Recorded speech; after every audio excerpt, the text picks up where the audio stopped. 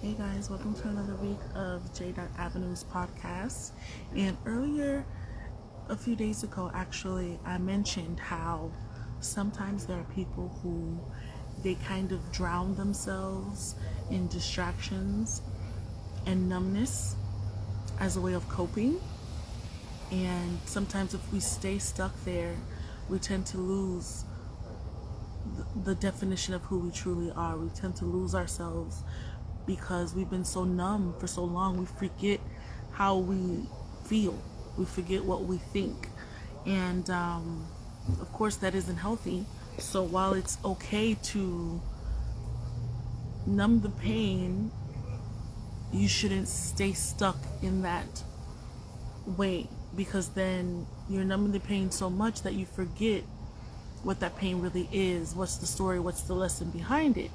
So in order to assist us with that and to grow, I'm going to share with you some of the ways that myself and others tend to deal with coming out of the numbness, if that makes sense. And so bear with me. I'm going to give you 40 ways of coming out of the numbness. You can also use this to encourage yourself. These are also ways to encourage yourself. And so let's get started. Number one, of course, is what I always say, which is go outside. When I say go outside, it's actually going in nature. You want to, like, for example, this is why I'm outside in the backyard and I'm sitting down on the grass, because you want to be outside in nature. Reasons why. Okay, the best thing you can do sometimes is watch nature take its course. This also goes with grounding work. I've mentioned that before. And grounding specifically targets your root chakra, which is your stability, your safety, your security. So when you are feeling moments of numbness, you may feel unstable, and that's kind of why you need to feel numb, so you don't have to deal with those feelings of instability. You probably don't want to have to deal with your root issues. And so because of this, you may tend to feel imbalanced. And in order to come out of that numbness, you just want to check in with nature. Walk barefooted on grass or on a pavement, wherever you are, and sit down. Allow yourself to actually touch nature. Not only that, you get to see the animals, which are good. Bird watching is great. Listening to the sounds of nature is also a healing technique that they do. So this all ties in with going outside. Now, if you're into camping, you can do that. But these are ways of getting out the numbness, because when you tend to feel numb and you're just lingering there, getting up to do those things and looking forward to doing those things is what can take you out of that. So that was one idea. Another idea was volunteer work. Sometimes the problem is when we are in these states of numbness, we tend to feel like we don't mean anything to anyone, or there's no purpose for us. And so if you tap in to helping those in your community who need help as far as volunteer work, those who are underprivileged or those who are struggling, any type of volunteer work will do, because there's a need that a certain population has, and you're coming in to assist with that. So that can make you feel purposeful. It can make you feel like you're doing something meaningful and good. So that's also good. So that's way number 2. Number 3 is watch a lot of motivational videos, because sometimes we just need motivation. And it may sound cheesy and cliche, but hearing someone else speak on their story can be the encouragement that we need to snap us out of it. Now, what I will say though is, if you are a very, I don't want to say pessimistic person, but if you are someone who does not cheesy things, try to find motivational videos from a specific speaker. There's speakers for everyone, because sometimes what we tend to do is you'll type in motivational videos, you'll click the first one, and it's someone giving you this cheesy message, and it doesn't resonate with you because you're skeptical and you don't do well with those messages.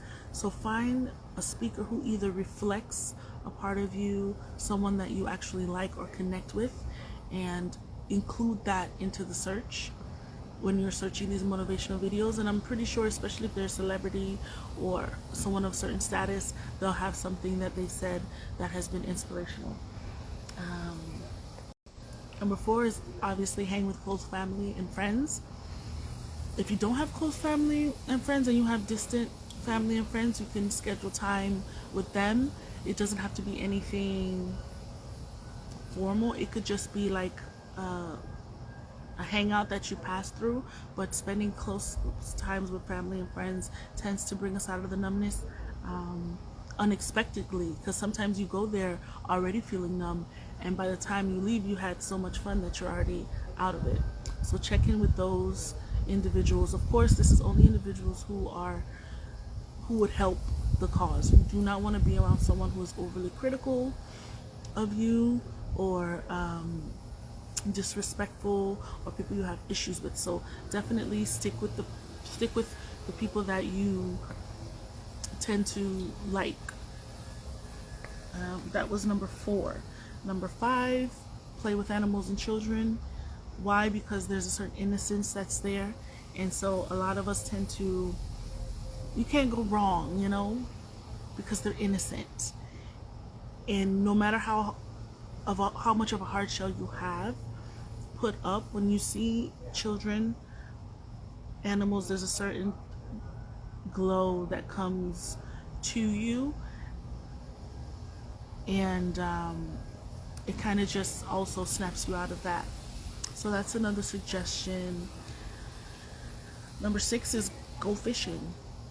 Fishing has been proven to be one of the most relaxing activities, and the good thing about fishing is that you're giving yourself a goal. You're setting a goal for yourself, which is catching the fish, of course, and it involves strategy, it involves thinking, it involves patience, it involves quiet environment, and that alone can be therapeutic, and it also can bring you out of that numbness, because now it adds excitement and purpose.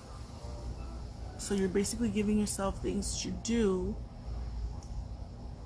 to go against not feeling, right? Because the whole goal is, when you're doing these things, there's certain feelings that will come about.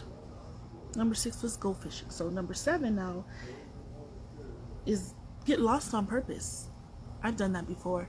I've gotten in my car and driven around in a neighborhood that I didn't know, or certain places that I didn't know. Of course, yes, we have places that we should not venture off into, but come on, you know where you live, you know your surroundings. There are certain neighborhoods that, yes, you can get lost in, and just get lost on purpose. And it doesn't have to be a neighborhood. It could just be going somewhere. So if you plan on going to your nearest cafe, take another route that you're not familiar with,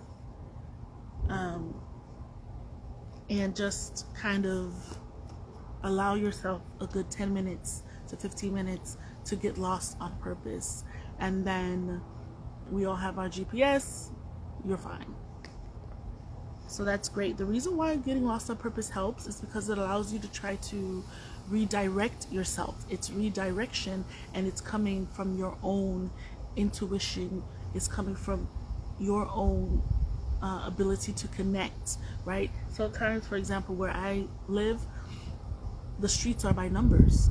So even if you do get lost, there's a way that you can find yourself around and it brings excitement. Most of the times when you want to feel numb, and you tend to do drinking, partying, those are all activities that brings excitement. It brings a thrill. So you could be thrill seeking, and if that is the reason for your numbness, your progressive numbness, then you may want to find thrill in more sobering activities. So this would be one of them, which would be get lost on purpose. And any of these really, because even going fishing or going outside in nature, you don't know what you're going to find, you don't know what you're going to see. And so again, the thrill. Number 8, go to church or any place of worship. Oftentimes church has been, or places of worship have been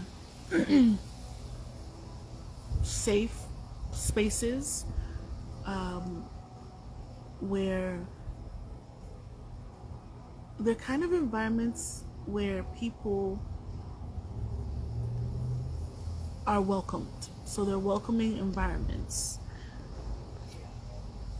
And because that's usually their MO, right? We take all, love all, accept all, come all. So that can be a sense of relief to someone who feels like they don't have anyone, or they may feel like they're lonely. If that's your reason for your numbness, is because of your loneliness, then yes, church will be a perfect option for you, because it's a welcoming environment and it's kind of automatic, really and truly. I don't think I've ever been to any places of worship where they've casted people out almost immediately. Usually as soon as you walk through the door, you're welcomed. Either you're welcomed or you're left alone, and you can kind of sit down in the pew and you can kind of just pray and quietly. So, and I know a lot of homeless people tend to seek refuge there for that same reason. So this will work definitely if yours is battling loneliness or depression, and you just need like a quiet place to where there's people, but they're not judgmental, and you don't feel that pressure that you may feel in society. That definitely has always been a go-to place. Number 9, take on a leadership role. Take on a leadership role, whether at work, in the community, or in an online group even. If you're at work, maybe you can join a team and put yourself as the leader, because then that's giving you, again, purpose. It's giving you a job. It's giving you something of importance. Because sometimes in our regular job titles, if you're not the boss and you tend to feel like, man, I'm a failure, put yourself out there and be a leadership of a certain proposal, right? Offer to lead the team sometimes, even if it's planning the outing, right? And that alone could help give you that drive that you need, so you don't feel like a failure. It could give you a sense of achievement as well. In the community, take on a leadership role with the nearest community group, and make sure it involves something that you're actually interested in.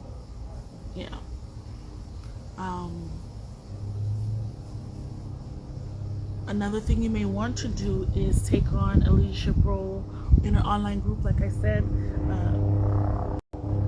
Any social media apps that have groups, especially groups that are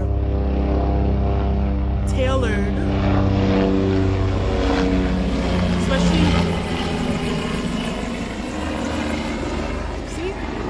you never know what you're gonna get, right?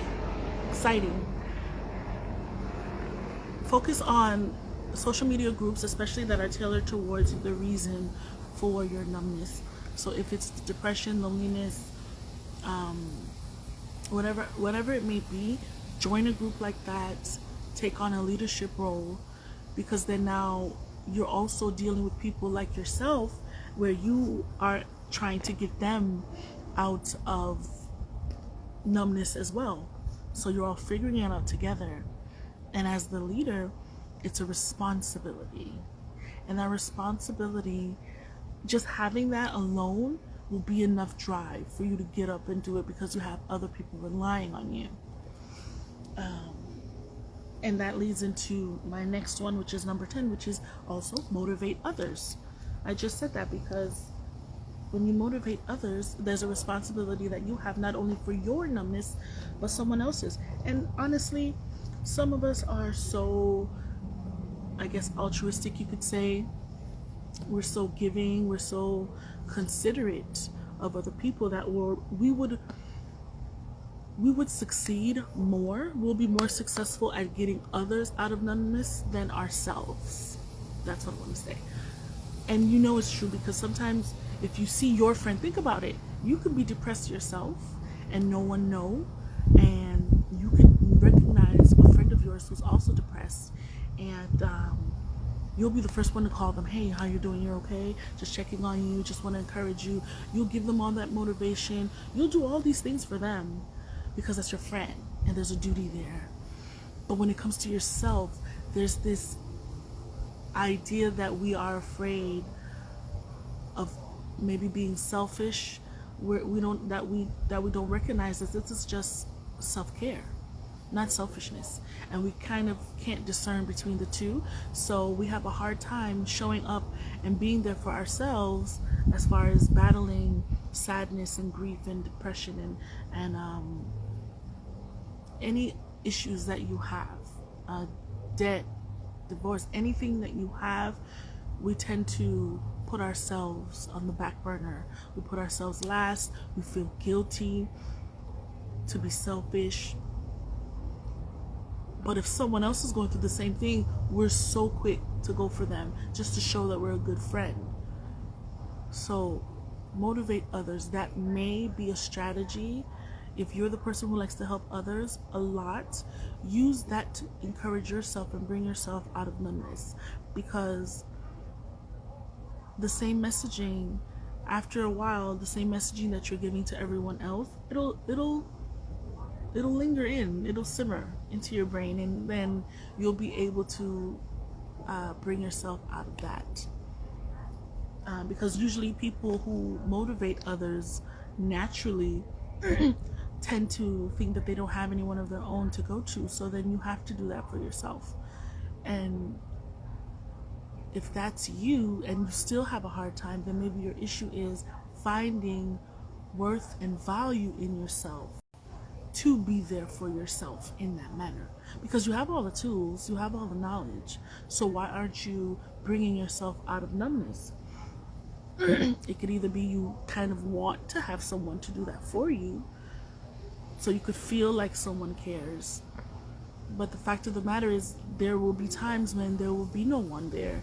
And so it's your responsibility is the person who is there is whoever you believe as far as faith, that entity, right? You look to that and you look to yourself, that you're there. And so you matter enough. So that should be all you need to know. And then after you bring yourself out of the numbness, you could deal with the fact that you feel like you don't have anyone there and delve deeper to that. But this is specifically about getting out of the numbness. So that's what I'm touching upon. So yes, motivate others is number 10. Number 11, Right Affirmations. I say it all the time. Plenty other people say it. It's a foolproof method, guys. You just you speak things into existence. Not only do you speak them into existence, you believe them into existence. You write them into existence. This increases the power of those words. So again, write them on what do you call it? Post-its. I was gonna say note-its. I'm like, that doesn't sound right. Write them down on post-its and place them on your mirror in the bathroom is great. In the mirror in your bedroom, somewhere personal that you can see every time you wake up in the morning. And it's a reminder, because yeah, we all know We all wake up and say, okay, I'm confident, I'm strong. Yes, this we know, but it's different when you actually say it every day to yourself and you look at yourself in the mirror.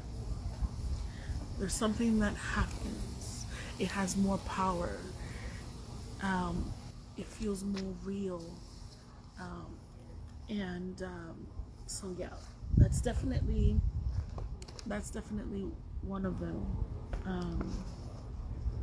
What's number 11? Number 12 is journaling, and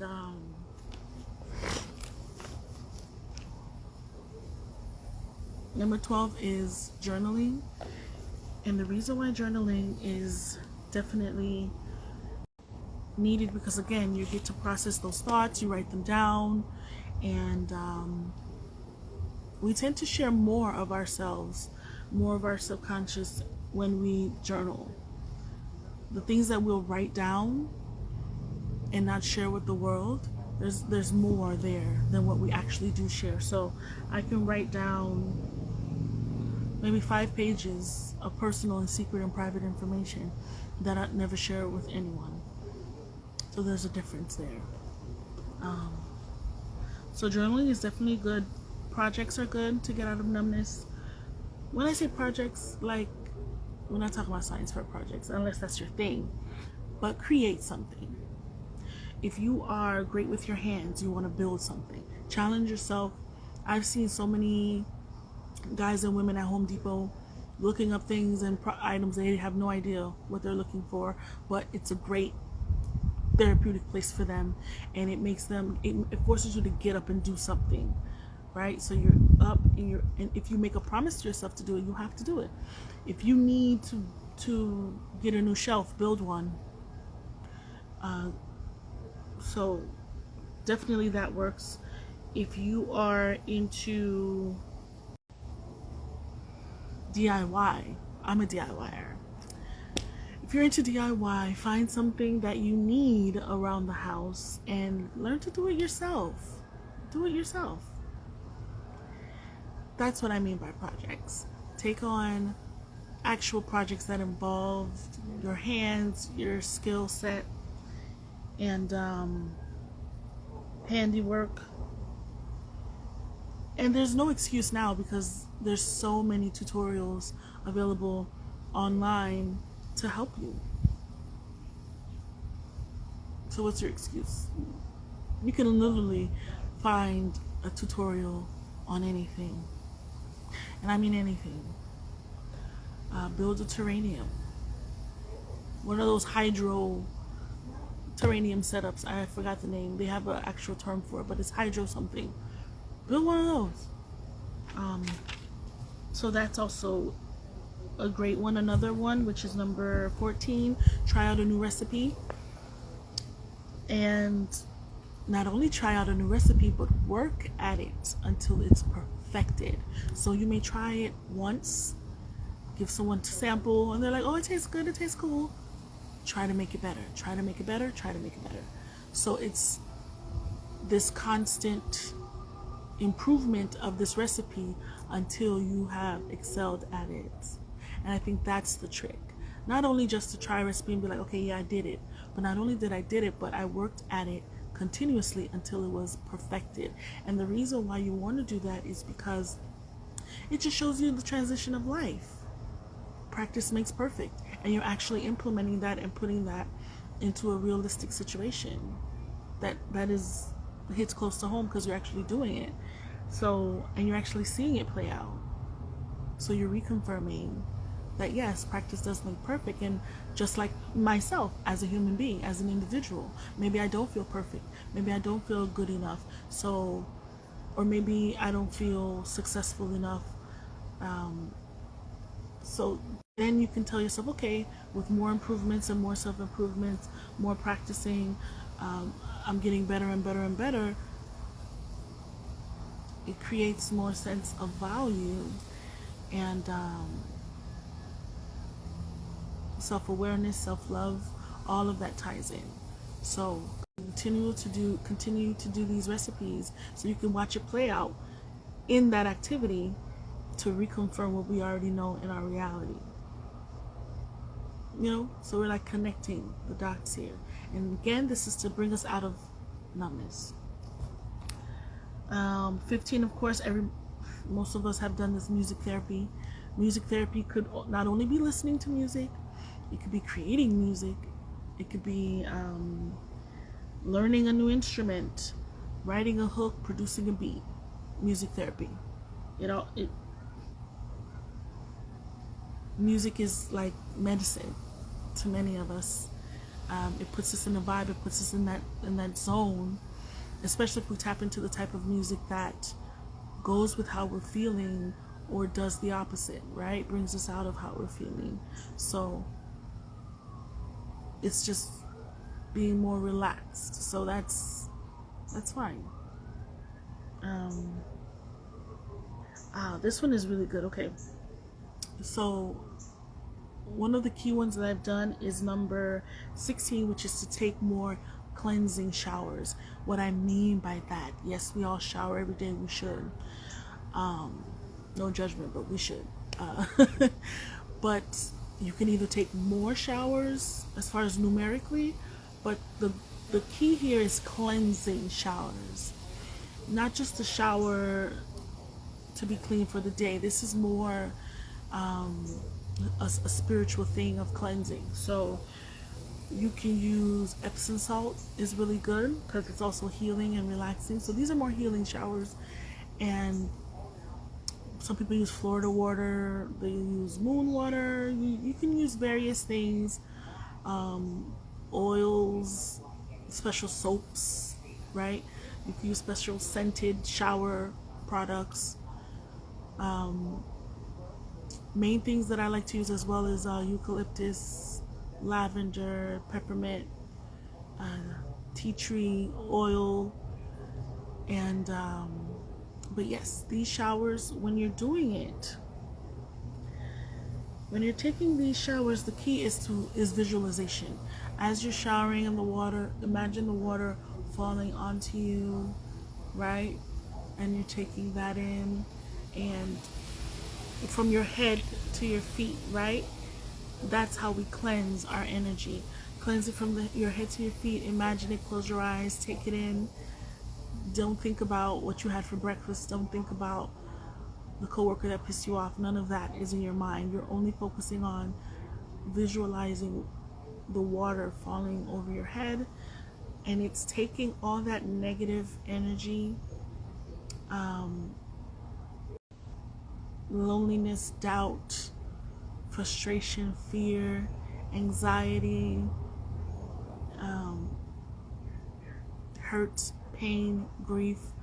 We're taking all that negative energy, and as we're soaping up and putting on our cleansing Florida water or product, we're imagining all these negative energies traveling downward through each body part, and it's traveling through our fingers, and we're having our fingers like this so the energy can dangle out of our body, and we're continuing to wash ourselves, and it's going down, and it's coming through our feet, and it's flowing in the water down the drain. So we're releasing all that negative energy, and it's going down the drain. So it's removed from our bodies. So taking in that is healing enough, because remember what I said about earlier.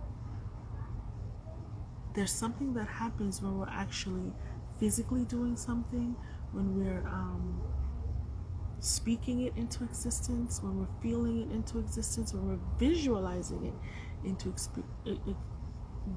existence. We're using the senses, our 5 senses, and to create more power, right? So think about what you're doing. You're visualizing the negative energy. Actually, you not only do you want it to be removed, you want to see it removed. You want to feel it being removed, and you get to watch the water go down the drain. So think about it that way, and you're gonna do it more often, because no judging, but there's some people who shower once a day. So then you may want to up it up to 2. Some do two twice a day. So then you might want to up it up to 3. But the goal really is the visualization, and you're also using something additional to cleanse, to purify your body, and remove the negative energy. So this is really a good one. This actually does help the power of the mind, right? 17, moon gaze or watch the sunset or the sunrise. Doing those activities can also be healing and remove the numbness, because not only do you see a beautiful sight, which brings excitement, right, wonder, but it's the stillness involved in it, because you have to sit there and actually watch it. So it's you're not distracted with so many things, because sometimes we tend to be so distracted that we have sensory overload. And when we have sensory overload, all we want to do is not feel anything. We're tired of feeling anything. And so when you do that, you want to numb yourselves, right? And you want to do it so much that you don't feel.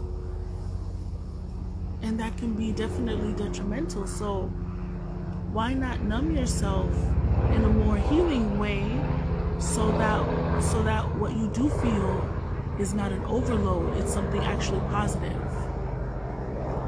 It's something therapeutic and relaxing. Because a lot of times when we think of tapping into our feelings, I know I say that a lot, and a lot of people, they look at me and they're like,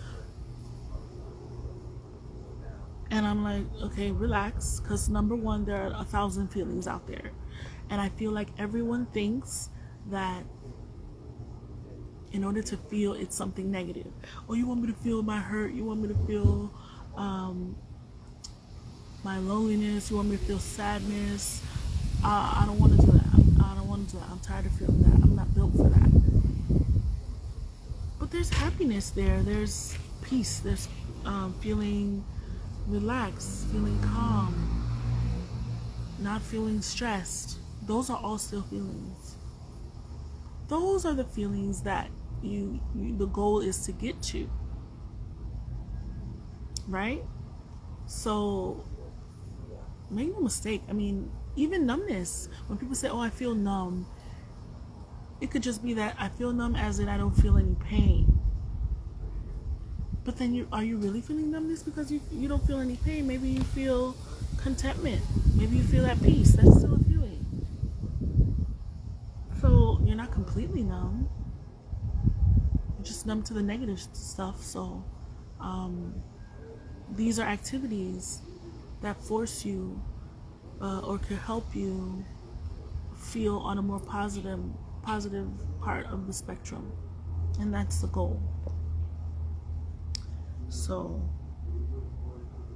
that was number 17. Number 18, try a daring activity like bungee jumping or parasailing. For those who are scared of bungee jumping, you could try parasailing. You want to try a daring activity. And daring doesn't have to be something extreme. It could just be daring to you. I know some people, daring for them is just going out of the house. So then do that. This is towards you. We don't care about what anyone else normally thinks. Go outside or do a daring activity. Maybe daring for you. Maybe you are so depressed you can't even get up out of bed. Right?